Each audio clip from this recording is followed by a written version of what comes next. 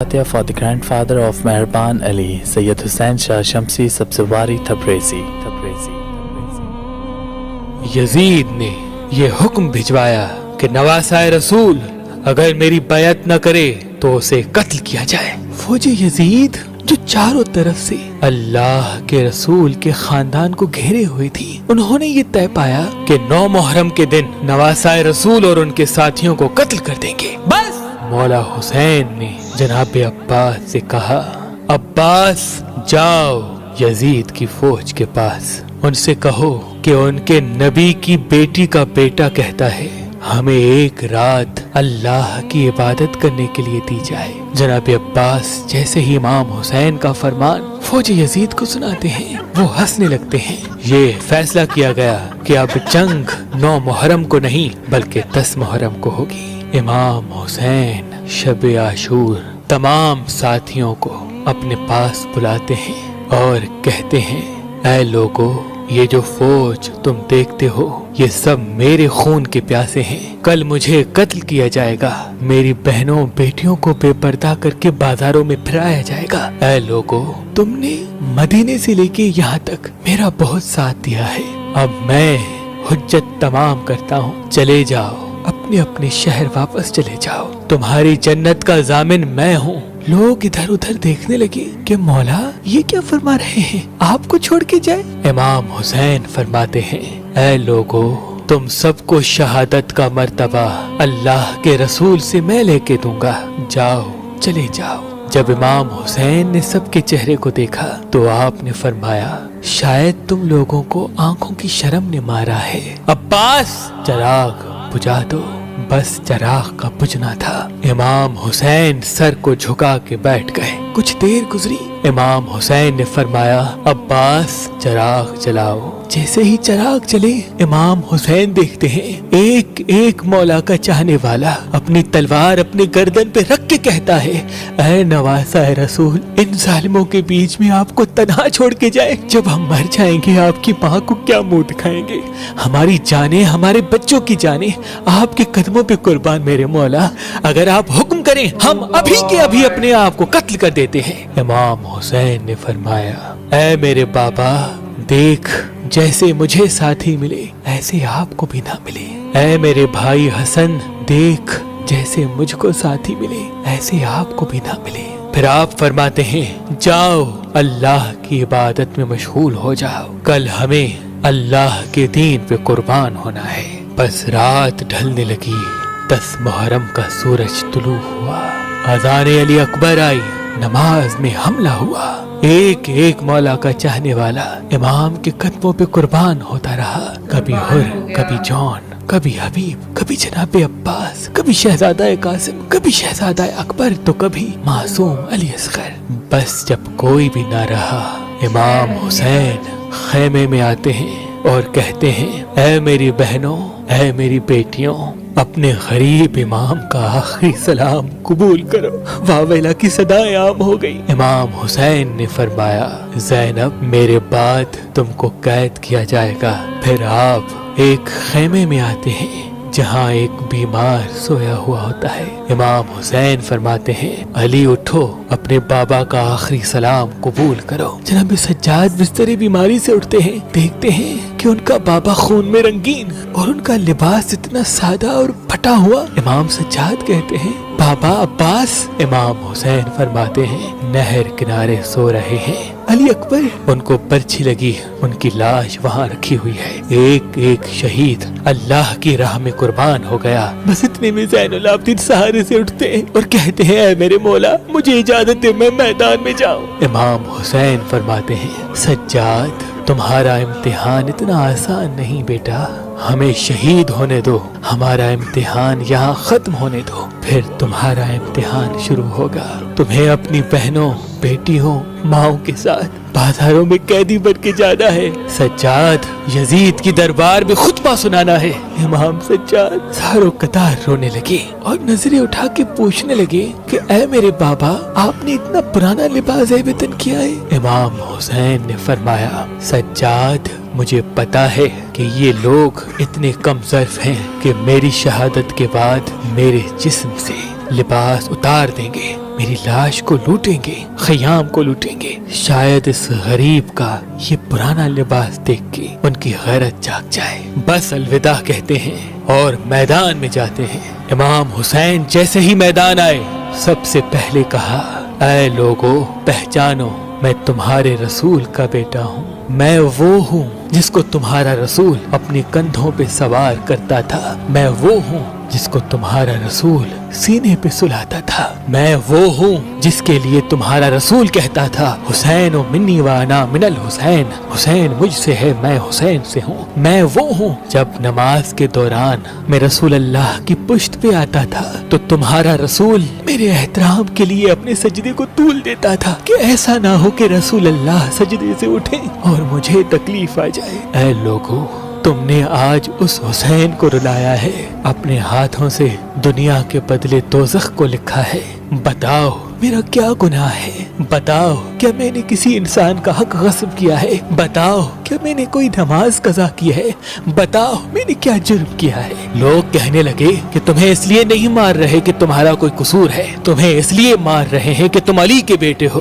امام حسین فرماتے ہیں، اے لوگو، وہ علی جو اسلام کا محافظ تھا، آج اس علی کو یہ صلا دے رہے ہو کہ اس کی اولاد کو اس بیابان میں قتل کر رہے ہو۔ بس اتنے میں شمر کہنے لگا کہ حسین کی باتیں نہ سنو، بس حملہ کر دو۔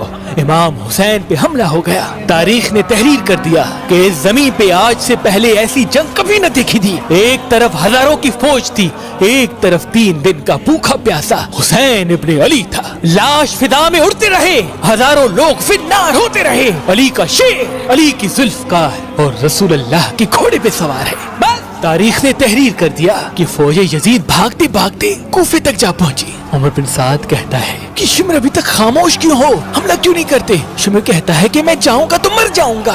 ارے حسین کے بچوں سے نہ لڑ سکے تو حسین سے کیا لڑیں گے؟ اس کی رگوں میں علی کا خون دوڑتا ہے، اس کی رگوں میں نبی کا خون دوڑتا ہے، جاؤ خیموں کو آگ لگا دو۔ بس شمر خیموں کو آگ لگاتا ہے اور عمر بن سعد کہتا ہے اور ملا حسین پہ تیر چلاؤ۔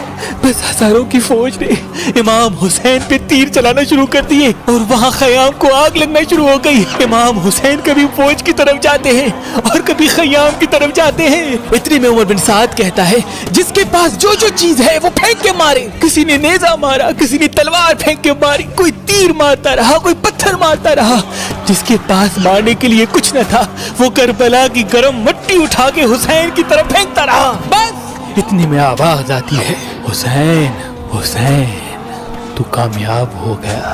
امام حسین نے جیسے ہی یہ صدا سنی، رزن پہ قضائے ہی و تسلیمن لے امرے ہی پڑھا اور ذوالفقار کو نیام میں رکھ دیا۔ وہ پتھر، وہ نیزے، وہ بھالے، وہ تیر، وہ کربلا کی گرم مٹی امام حسین کے جسم پہ لگتی رہی۔ امام حسین گھوڑے کی زین سے زمین پہ، امام حسین کے جسم پہ اتنے تیر تھے کہ رسول اللہ کا نواسا نہ زین پہ تھا نہ زمین پہ تھا، بس تیروں کے آسمان پہ تھا۔ اتنے میں عمر بن سعد نے کہا حسین گر گیا، جاؤ جاؤ حسین کا سر قلم کرو تاکہ یہ خبر ہم یزید تک فوراً پہنچ جائے، ہمیں انعام ملے۔ جو قریب جاتا ہے امام حسین کی آنکھوں میں رسول اللہ کا چہرہ نظر آتا ہے، وہ روتا ہوا واپس آ جاتا ہے۔ اتنے میں شمر کہتا ہے یہ کام مجھ سے ہی ہوگا، خنجر دو۔ خنجر لے کے امام حسین کے قریب جاتا ہے۔ امام حسین کا سر سجدے میں، شمر آ کے امام حسین کی گردن پہ خنجر رکھتا ہے اور چلانے لگتا ہے۔ شمر دیکھے کہ امام حسین کچھ پڑھ رہے ہیں، وہ ہنس ہنس کے سوچنے لگا شاید حسین پچھتا رہے ہیں، قریب آ کے سنو تو کیا کہتے ہیں، پھر جا کے یزید کو بتاؤں گا۔ جیسے ہی کان قریب کر کے سننے لگا، امام حسین فرماتے ہیں اے اللہ قبول کرنا، اس تیرے حسین نے تیرے دین کے لیے سب کچھ قربان کر دیا۔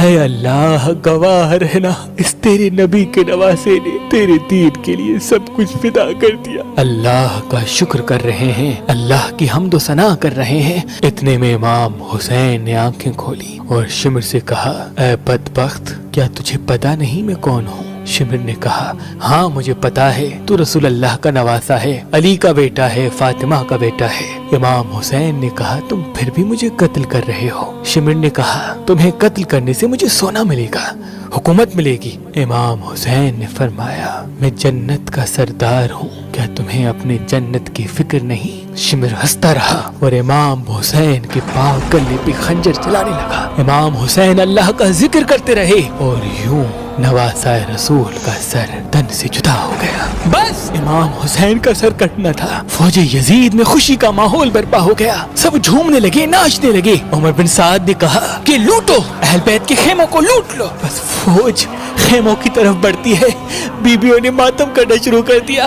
فوج یزید ایک ایک چیز کو لوٹنا شروع کرتے ہیں۔ اتنے میں شمر دیکھے ایک 4 سال کی بچی میدان میں بابا بابا کر رہی ہے۔ شمر قریب گیا، اس بچی نے سوچا شاید میں یتیم ہو گئی ہوں، میرے سر پہ ہاتھ رکھے گا۔ شمر نے دیکھا اس بچی کے کانوں میں بالیاں پہنی ہوئی ہیں۔ اس نے بالیوں کو پکڑا اور زور سے کھینچ کے نکال دیا۔ وہ بچی کربلا کی زمین پہ بیٹھ گئی اور کہنے لگی دادا علی کہاں ہیں آپ؟ بس بیبیاں بے پردہ ہو کے زمین کربلا پہ بے وارث ہو کے بیٹھ گئے، خیام چل گئے۔ اتنے میں عمر بن سعد کہتا ہے کہ یزید کا حکم ہے کہ سب کے جسم سے سر کاٹ کے میرے پاس لے کے آؤ اور لاشوں پہ گھوڑے دوڑاؤ، تاکہ دنیا کو معلوم ہو جو اس یزید کے سامنے آئے گا، یزید اس کی بیٹیوں بہنوں کو بے پردہ کر دے گا اور اس کی لاشوں کو ایسا کر دے گا کہ کوئی اسے پہچان بھی نہیں پائے گا۔ شمر نے کہا ہاں لاشوں کو لگاؤ، گھوڑوں کو تیار کرو۔ کسی قبیلے سے آواز آئی کہ اکبر کی ماں ام لیلا ہمارے قبیلے سے ہے، ہم اکبر کی لاش پہ گھوڑے نہیں دوڑائیں گے۔ عمر بن سعد نے کہا ٹھیک ہے اکبر کی لاش جدا کر دو۔ کسی نے کہا جون ہمارے قبیلے سے ہے، اس کی لاش جدا ہو گئی۔ کسی نے کہا اون و محمد ہمارے قبیلے سے ہیں، اس کی لاش جدا ہو گئی۔ کسی نے کہا ہر ہمارے قبیلے سے ہے۔ کسی نے کہا جناب عباس پہ ہم گھوڑے نہیں دوڑائیں گے۔ کسی نے کہا قاسم یمن کی شہزادی کا بیٹا ہے، ہم اس پہ گھوڑے نہیں دوڑائیں گے۔ کربلا کی تاریخ نے تحریر کر دیا کہ جتنے بھی شہید تھے ان کے لیے کوئی نہ کوئی یہ کہنے لگا کہ اس کا تعلق ہمارے قبیلے سے ہے۔ ان تمام شہیدوں کی لاش جدا ہو گئی، بس